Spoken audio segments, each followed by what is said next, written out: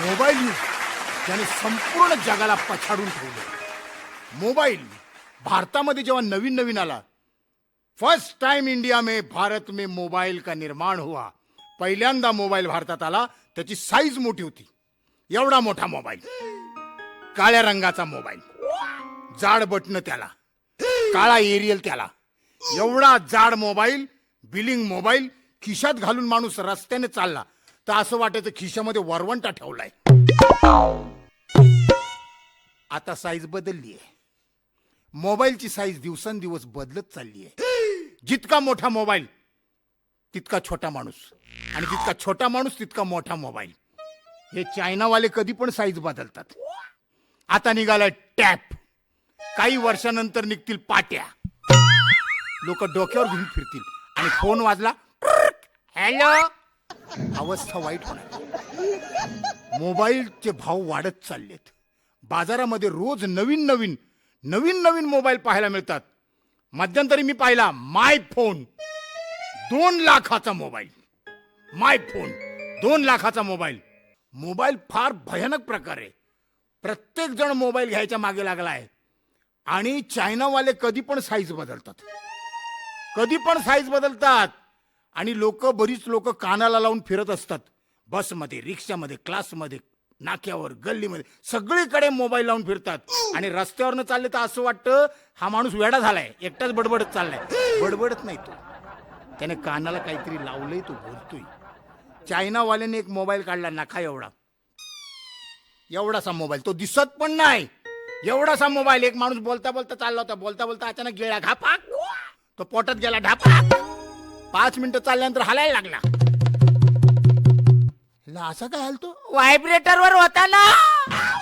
हा हा मोबाईल, हा गिळला, हा पोटात गेला, हा काय म्हणतो, हा त्रास नाही कसला, मोबाईल गिळला नाही, सकाळी नाही, दुपारी जेवताना नाही, रात्री झोपताना नाही. अरे म्हणालो, माणूस आहेस, माणूस आहेस तू, तुला त्रास होत असेल. हा होतो ना. कधी? चार्जिंगला बसल्यावर. मोबाईल, मोबाईलचा भयानक प्रकार सगळीकडे पसरलाय, सगळीकडे पसरलाय. आणि सगळ्यात जास्त माझं ऑब्झर्वेशन आहे, मी पाहिलंय, मोबाईलचा फायदा कुणाला झालाय.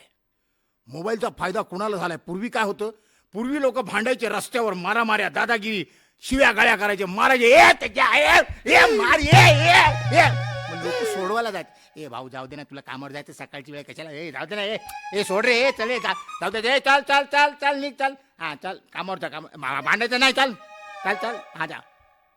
लोक कामावर निघून जायचे, लोक सोडवायला यायचे. पण आता काय झाले, आता भांडणं झाली की लोक सोडवायला येत नाहीत. खिशातनं मोबाईल काढतात, कॅमेरा ऑन करतात, भांडण शूट करतात. आणि या दोघांनी ये तू शिवी दिली, ए तू दिली, ए तू थांब जरा भाऊ, तू शूटिंग करतोयस? हा शूटिंग करतोय. तू पूर्ण शूटिंग केली? हा बघ जरा कोणी शिवी दिली, रिवाइंड कर. अशी अवस्था आहे. पूर्वी लोक पाठीच्या मागे शिव्या द्यायचे, आता लोक मोबाईलवर शिव्या देतात. एवढं सगळं झाल्यानंतर सुद्धा मोबाईलचा फायदा कुणाला झालाय, माझं ऑब्झर्वेशन आहे. मोबाईलचा फायदा कुणाला झाला, तर मोबाईलचा फायदा झाला बॉयफ्रेंड आणि गर्लफ्रेंडला. बॉयफ्रेंड आणि गर्लफ्रेंड दिवसभर बोलतात, पण जेव्हा दिवस कमी पडतो तेव्हा रात्री अपरात्री बोलतात. त्यावेळी त्यांच्या मोबाईलमधनं आवाज कसा बाहेर पडतो, त्यांच्या गप्पा काय, त्यांचे संवाद काय. एक बॉयफ्रेंड रात्रीच्या वेळी गल्लीमध्ये उभा राहून आपल्या गर्लफ्रेंडशी बोलतोय. रात्री 2चा सुमार आहे, तो त्याच गल्लीत राहतो, भीतो मला कोणी बघतंय की नाही. कुणी बघत नाही. कुत्रा बघतो, कुत्रा त्याच्या जवळ येतो, त्याचा वास घेतो, तो कुत्र्याला हँडल करतोय, तिच्याशी बोलतोय. रात्री 2 वाजता गल्लीमध्ये उभा आहे कुत्रा. आणि हा चल आयटम बरोबर बोलते, चल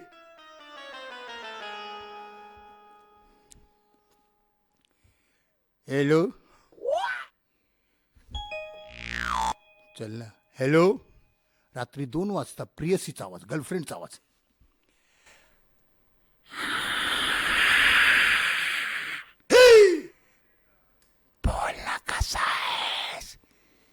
काय ग बोलतेस कुठून?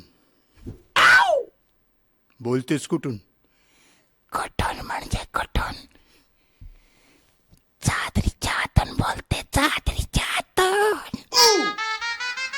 काय ग टकल्या काय करतोय? माझ्या पप्पांना टाकल्या बोलू नकोस.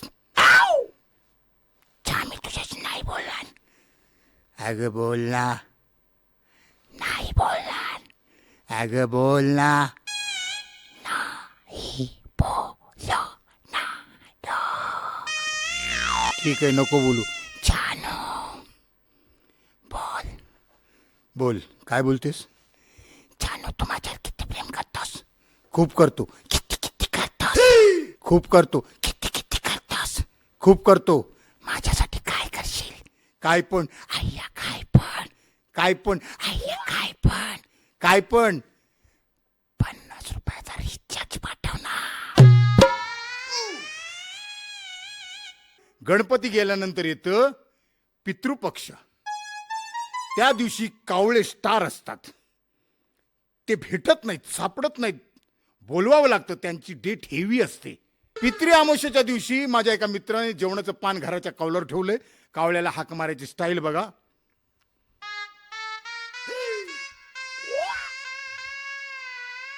काव काव काव काव. त्याचं काव काव ऐकून शेजारचा भैया बाहेर आला. का रे जनार्दनी काव का कर रहा है? ये काव काव का कर रहा है?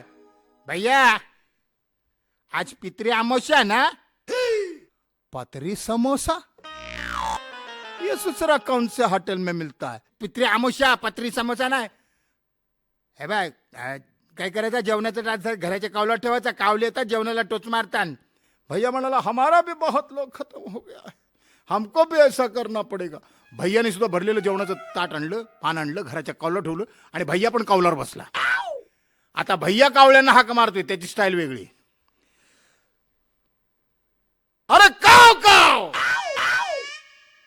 आ जाओ हमको ड्यूटी पे जाना है भाई.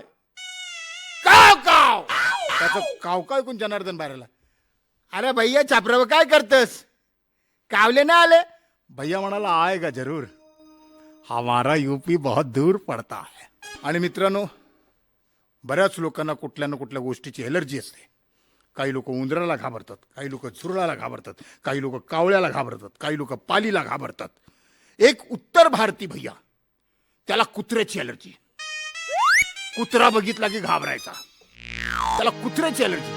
त्याच्या लग्नाला 30-35 वर्ष झाली होती, पण बायकोला माहीतच नाही माझा नवरा कुत्र्याला घाबरतो. ती त्याला खुश करण्यासाठी त्याच्या लग्नाच्या वाढदिवसाच्या दिवशी एक कुत्रा घेऊन आली. हा बिचारा संध्याकाळी ऑफिसमधनं घरी आला, बघितलं बायको कुत्रा घेऊन आली. कुत्र्याकडे बघून बायकोला म्हणाला, ये का उठपटांग उठा के ले आई?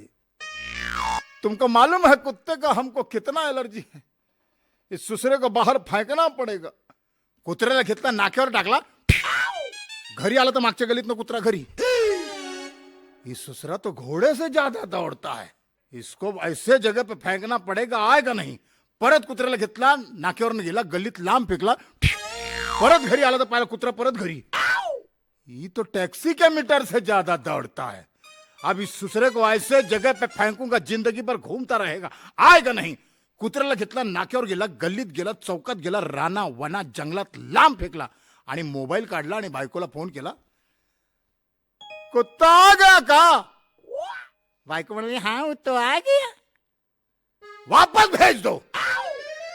बोले काहे? अरे हम रास्ता भूल गया हूं. धन्यवाद, थैंक यू.